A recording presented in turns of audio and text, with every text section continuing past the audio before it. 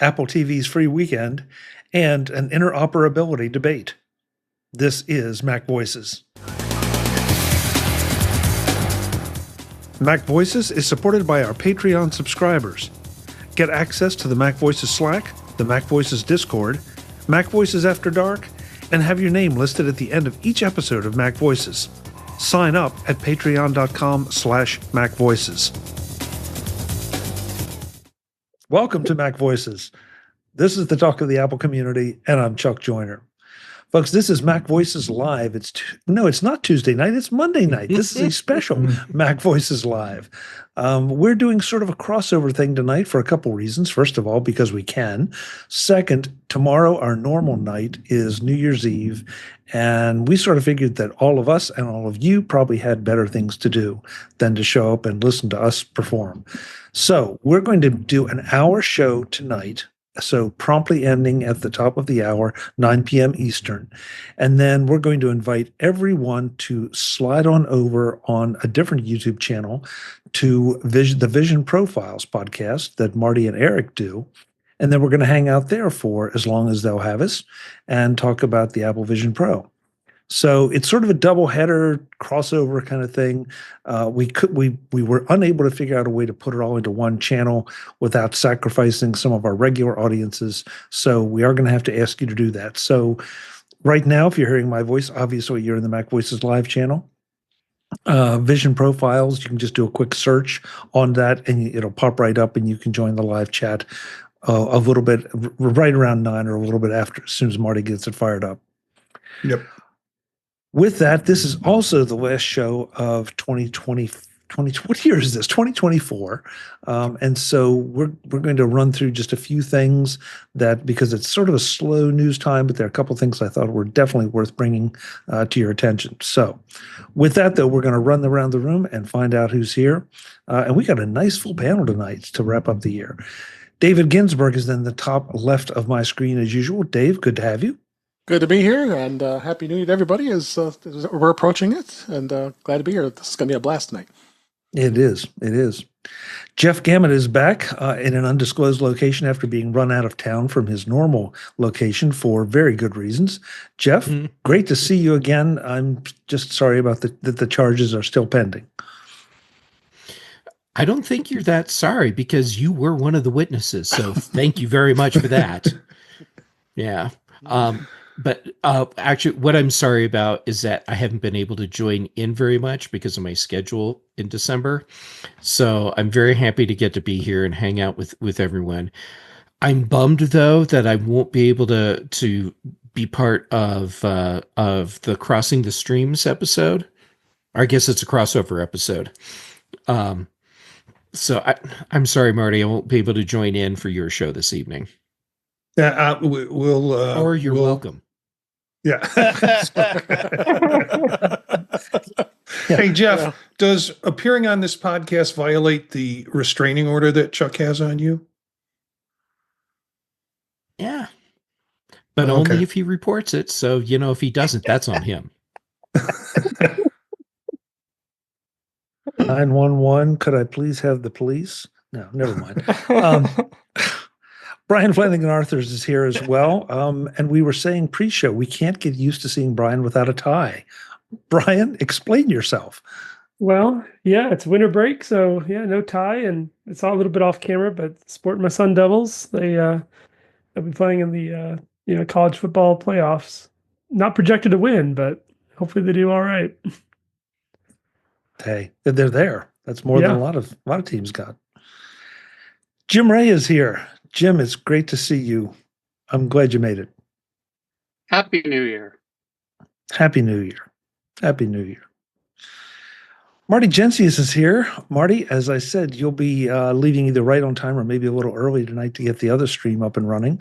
But I'm so glad you were able to make this first half of our crossover. Well, this is like my favorite place to be, being together with this group and with some members who aren't here. It's my favorite place to be, my favorite time of the day, time of the week. So thanks for having me. Hey, it is mine too, and it's always interesting because we never know exactly who's going to show up because Unfortunately, everyone has other lives too. So, but it's always great whenever they show up. Speaking about great about showing up, Eric Bolden is here, and it looks like he has his own squadron behind him. Eric, I'm not sure. Are you invading something, or what's the story here? Well, flying sandhill cranes looking for virtual underpants. I didn't understand it, but they're all deployed. Wow. My minions are everywhere. I think, Eric, the one that's just above you, I see a little seat that he's carrying around that Jeff usually rides him. So, yeah. Yeah. Last but absolutely not least, joining us for one of her appearances here on MacVoices Live, because it is extremely early or late, depending on how you measure time, Patrice Brend'amour. Patrice, welcome, and it's great to have you as always. Thank you. It's neither early nor late. I would say it's 2 a.m., which is for me a total normal time. If I don't have to work the next day, I would be still up. So I'm on vacation. Europe, we got so many vacation days. I'm off until mid-January. So just saying that. Wow. By the way, crossover, that either means somebody got killed, there's a terrorist plot, or we're going through the multiverse. Which one is it? All three all at once. Yeah. Why not? Why aim low? Yeah, exactly. Well, the first thing I wanted to bring up tonight is it's not going to mean a lot, unfortunately, to anyone seeing this in the feed after the fact. But for those of you who are here live, Apple is doing a free weekend for Apple TV Plus this weekend from January 3rd to 5th. So if you take the link that I just threw in, you can get all the information on how to watch. I believe it's all of the Apple TV shows that are available. I think it's just free reign, wherever you want to go in. So you can go in and binge as much as you can possibly binge over the weekend. And good stuff. I was curious to see if anybody had any strong reaction to this. I mean, we've talked quite a bit about how it seems like Apple TV Plus, one of the failures that Apple has had in 2024 is not promoting it adequately and promoting the great shows. And I think this is a terrific way, because there will still be, I think, a residual vacation vibe going on that people may want to stay home and binge. Mm-hmm. But you're saying 2024. Since when has Apple ever been good at advertising Apple TV Plus? Well, I was not going to get too much into history, Patrice. You're right. You're right. So I was a little disappointed, because I think in the previous conversation we said, if it's going to be a free weekend, the way they did promo it, they say, oh, something really special is going to happen. And I don't know if this is really special. I get it. I understand that it's going to potentially draw in or kind of showcase the good stuff that they have to people who don't have, an Apple TV subscription. But yeah, I was kind of hoping for something bigger. I don't know what that bigger was, but something bigger. Brian? Yeah, I saw that there's a line in there. It says all you need is an Apple ID to see what all the buzz is about. And so, if most people, if they have an iPhone, they're already using it. They have Apple ID, but all the different providers, the television, manufacturers and so forth, Amazon and Roku sticks, all this kind of thing too, that people may have a Android device and may have to get an Apple ID to use it. But that may be to the benefit too. If they're going through the trouble of creating it, it'll be something that they remember or something. Maybe they'll get, I don't know if they'll get an email reminder or something too. It might be a little bit of promotional emails or something sent to that account. Apple's been smart and offering Android access for quite a while, so I would anticipate that they do have Apple IDs. So that's a good thing. They may not be as wanting to have this access on their Android device or not, but who knows? I mean, I think Apple's being smart and putting it on pretty much every platform you can think of. Mm-hmm.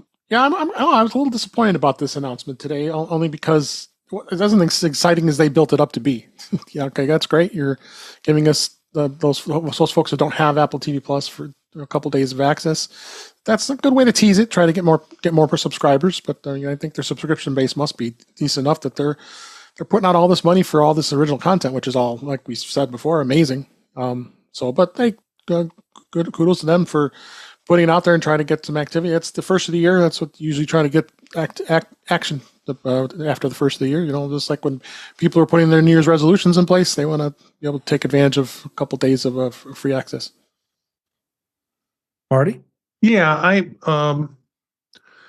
I'm thinking I remember clicking on that link, Brian, just to see where it took me, and it took me to put in your Apple ID.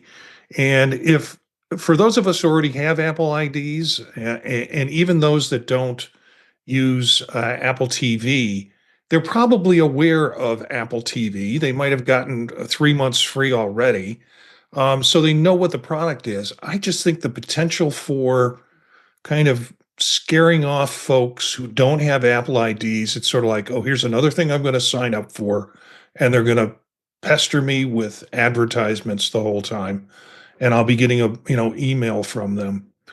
I don't know. And again, I share Dave's disappointment. I was hoping for something a little bigger. Yep. Jeff? Bigger would have been better. That said, I would have gone into this to this promotional campaign in a completely different way than Apple did. I would have come in saying, we hope your New Year's resolution is 4K, and here's 2 weeks of free Apple TV Plus to help you get in the habit. And turn it into something clever and tie it into the whole, it's a new year, you want to start a new thing, get into new habits, and giving people more than a weekend. And I'm guessing from Apple's cost perspective, the difference between giving people a weekend versus 2 weeks wouldn't have been that much of a monetary difference. And I think you have a higher likelihood of getting people invested in more shows. And because, I mean, seriously, how much of Silo or For All Mankind can you binge over a weekend? Oh, all of it. All of it, if you can. All of it. All of it. I mean, It's sure, not a but challenge. what's the problem? I mean, at that point, you're like, oh, this stuff is so good that I want to keep going. Yeah. Well, and Patrice, that's you're reading my mind, I think, because I would counter Jeff's comment with, I don't want to give it all away. I want to give them a sample. I want to give them a taste and get them hooked. So 2 weeks, yeah, you could binge and finish off at least a couple series with Right, with then make ease. it a whole week. Yeah, but Apple then you has get so much content now, and discoverability still sucks. So how much are they going to find in a weekend? Yeah, they could have done a week Fair. between Christmas and New Year's. Basically, here's your Christmas present. You got a new Apple device. And for those of you who didn't, here's a week's worth of Apple TV Plus. Don't you get that anyway if you have a new device? Yeah, When you sign yeah. up the first time? I think you did anyway. Yeah. Eric? It's two things. It's good to remind people that you can watch it from a web browser. The other thing is it's just enough time. So if you got together over the holidays and you were talking to everyone about whatever new series you're excited about, that they could go home, catch up enough to be to the same spot, and then you can all get together again and watch the next show. Okay. Brian? Well, it's just a reminder too. I just put a comment in the chat about sometimes you get these shows that, even if you can watch them for a little while, they sometimes don't always last either. So even if you get a sampling of something and watch it, it's not always there either. Dave? Just to correct what I just said about the Android device, it just says looking for Apple TV. This app will not work on your device, so you can't watch Apple TV on TV Plus on an Android device. Apparently, at least not the Pixel, which I'm trying right now. And that's kind of strange. I'm sure you can use it with the web browser, but there is no dedicated app on this, at least the Pixel anyway. I was just going to ask that. I have no idea because I have an Apple TV. Can you watch Apple TV Plus in a web browser? Yes. Yes, you can. Yes. Okay. Yes, All you can. Good. Okay. Well, then you Pixel people are not, or excuse me, you Android people are not left out. You just have to do it in the browser. Yeah. So, mixed opinions here. I think the disappointment part is interesting. I mean, I'm not sure what other big announcement there could have been, because it seems like that just is not Apple's style. This feels like Apple's style, but it also feels like you're giving 3 days. You've got the new version of the newest season of Silo that's ongoing now. I believe you've had at least 1 or 2 seasons of Slow Horses since it was on last time. Dark Matter since there was any free.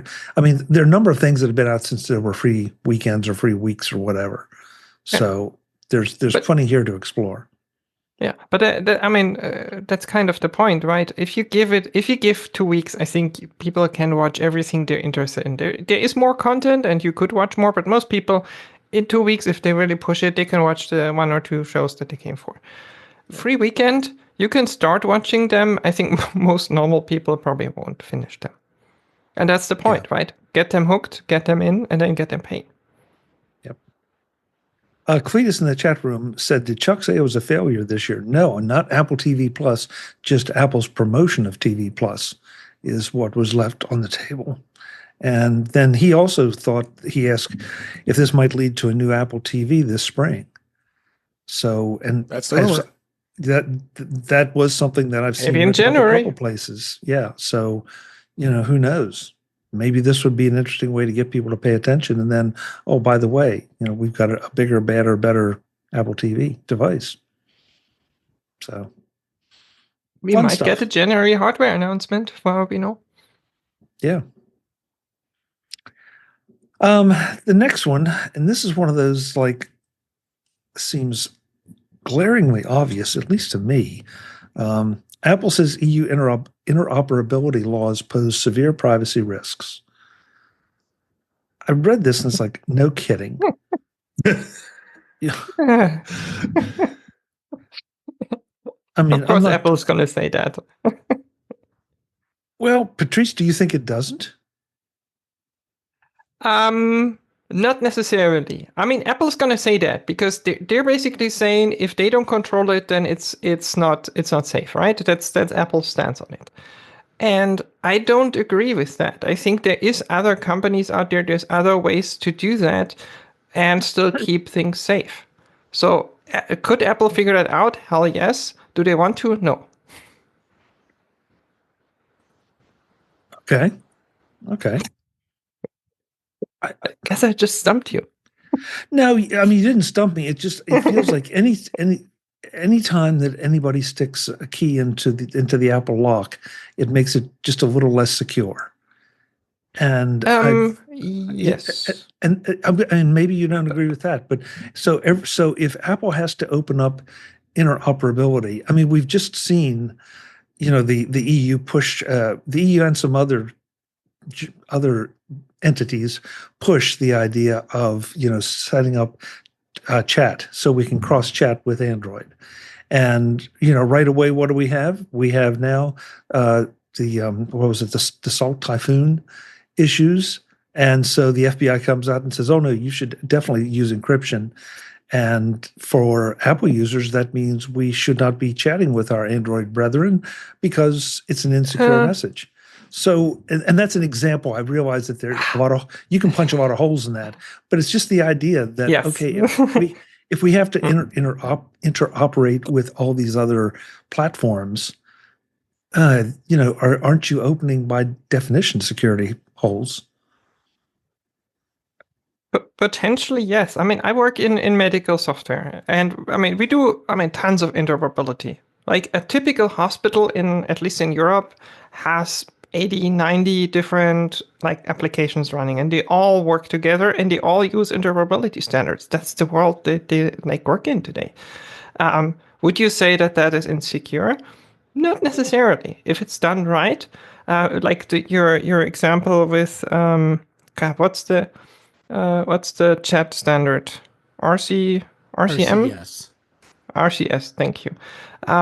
If it's done right, end-to-end encrypted, not a problem. You can have interoperable chat end-to-end encrypted with different vendors. I actually worked on one. So I think I know what I'm talking about. Yes, that's possible. It's not necessarily insecure. It just depends on who do you trust and who you don't trust. And how you do it. Well, yeah. I mean, if I trust Jeff, but I don't trust Dave, well, that could be a fatal mistake right there. But, Dave is totally trustworthy. yeah. So, Maybe. Maybe. I don't know. On the other hand, do you want to be locked in? I mean, we all like Apple on here, I'm assuming. I think for the most part, we're all okay with Apple kind of owning our lives. But do we want that to be the be-all, end-all forever and ever, that we're locked into Apple? I don't think so. I think we also like to be able to go somewhere else if something happens in 10, 20, 30 years. Who knows? Somebody else want in on this? Because I'll debate that. Sure. Jeff? You know what? I'm totally going to back up Patrice on this one. Chuck, you are using cross-platform interoperable security protocols every day. And Yes. look at the stuff you're doing online. Every website you hit, HTTPS. And if you want to get really secure DNS over HTTPS, that's an open protocol, interoperable, cross-platform, and look at the security protocols for authenticating with servers for email. Sure, SSL isn't that secure, but it's an example. TLS. Anyhow, how about PGP, GPG for encrypted emails? There's all of these different protocols that we're already using that are cross-platform. So if they're implemented correctly, if they're implemented intelligently, it doesn't matter what device you're on. Right now with RCS, people are complaining that Apple is not supporting it enough. Apple is supporting what has already been set up in the standard. When encryption becomes part of the standard, Apple will support it. They have no interest in supporting a proprietary protocol on top of RCS, which is what Google is pushing. And a lot of people are thinking Apple should just do Google's thing. They're not going to. They'll wait until there is a set approved standard. Then we'll get that. Okay, Jeff, I want to come back to that in just a second. But first, I want to welcome Webb Bixby in. Webb, great to see you. Thanks so much for being here.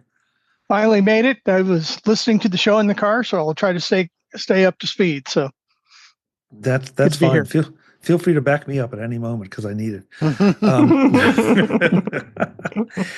Jeff, you and Patrice. Well, first of all, you said a couple things there that I would submit to you that yes, absolutely everything you said is true, but I didn't keep track. It was because you were ripping off so many of them. You But need most- to write faster. Yeah, I know. but most of them are my choice to engage in. So that if I decided I really wanted to be super secure and just stay within Apple's walls, yes, I would be limited in scope, but I could do it. This is forcing Apple to open that door.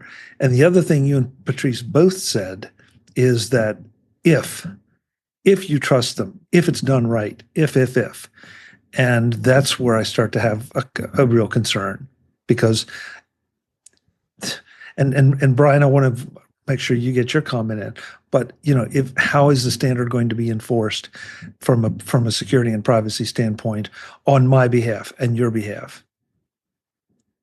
So, Brian, jump in with yours, please. Yeah, yeah, and I speak from coming in from a mindset of, I don't have a background in any of the, back end security measures and that type of thing, but I was thinking, with the aspect of if there is a standard and that standard is enforced and it's put into practice, maybe another way to look at it is maybe it raises the quality of the the non-Apple protocols, in this case for Meta, to one that is more secure, that so customers who are using Meta's products would get a higher quality secure experience.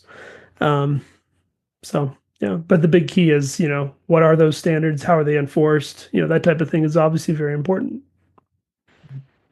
Eric? I'd like to see more complete definitions, kind of like food labels have requirements for what's in the food, nutritional value, and so on. If you're going to have a standard or some task you're trying to complete, having some better labeling. So if you're doing messaging, you can see, well, yes, if you do this messaging, it's not encrypted end to end. If you do it this other way, it is encrypted end to end. If you're going to do VPN, doing it this way, there's a guarantee that there's not going to be extra advertising. There's not going to be extra apps dumped on your own internal network. Do it this other way, and there's no guarantee of that. Because it's getting to the point now where it's complicated enough. It's really, really difficult for consumers to actually tell what is true, what is not true, what is secure, what isn't secure. And they shouldn't have to rely on individual companies telling them that their stuff is secure and the other companies are not secure. And Eric, I'll add into that which government is saying what is secure and what isn't secure. Let's see, Patrice. Yeah, I think we got a little bit off track here because we're talking, I mentioned E2E encryption as one example of making things secure, but I think we got a little bit off track. What the EU is saying is Apple as one of two kind of monopolies or duopolies. There's Apple and Google if you really look at it from a smartphone market. There's not a lot else in the Western world, at least. It's telling Apple, you need to make sure that users, that people can take their stuff elsewhere, can interact with your services from other platforms. They're not telling Apple exactly how to do that. They're not saying, oh, use this encryption, that encryption, do this way.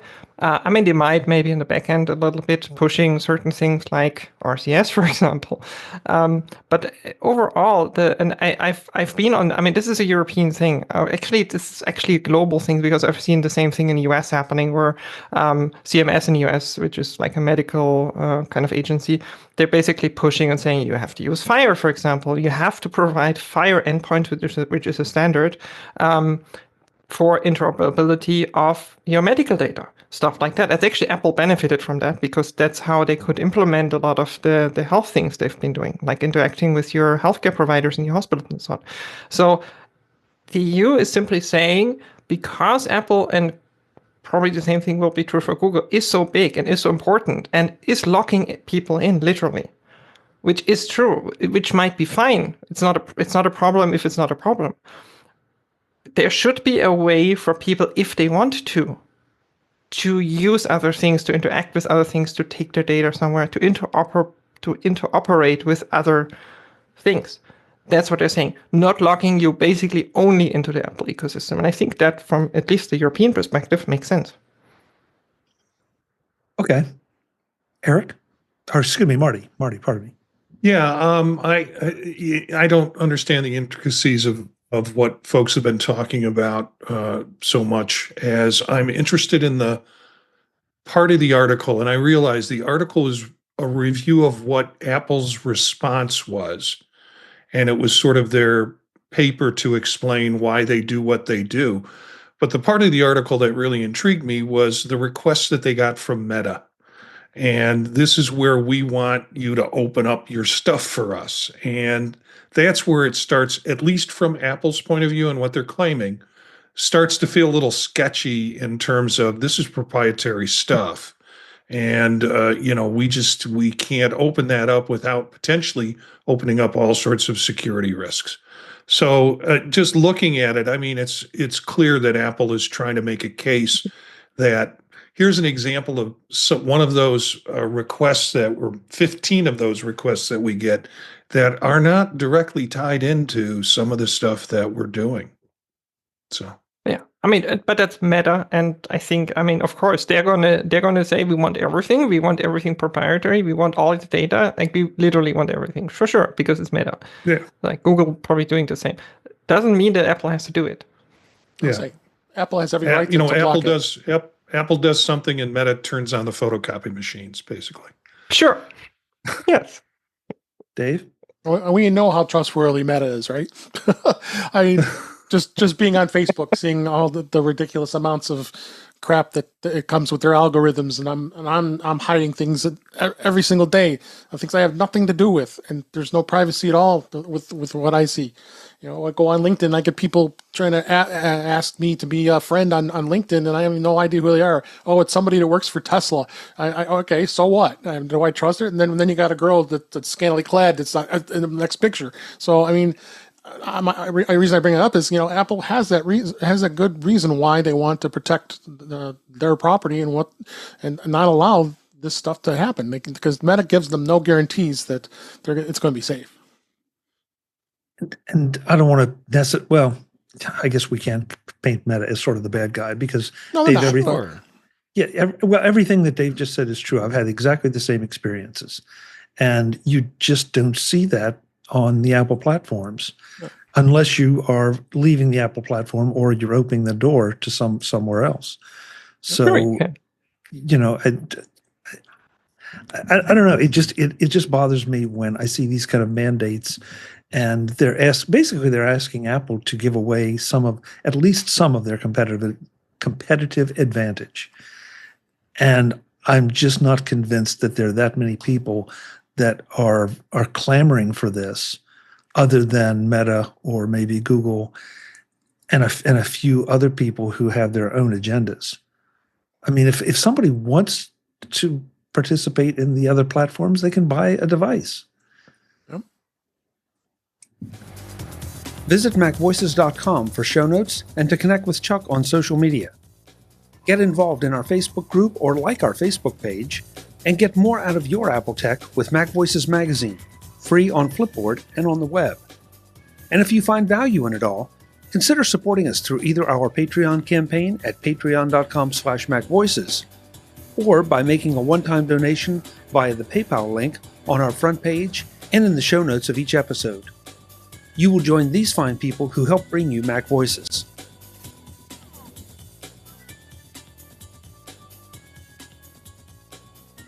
Advertising handled by Backbeat Media at backbeatmedia.com. Bandwidth provided by CacheFly at cachefly.com.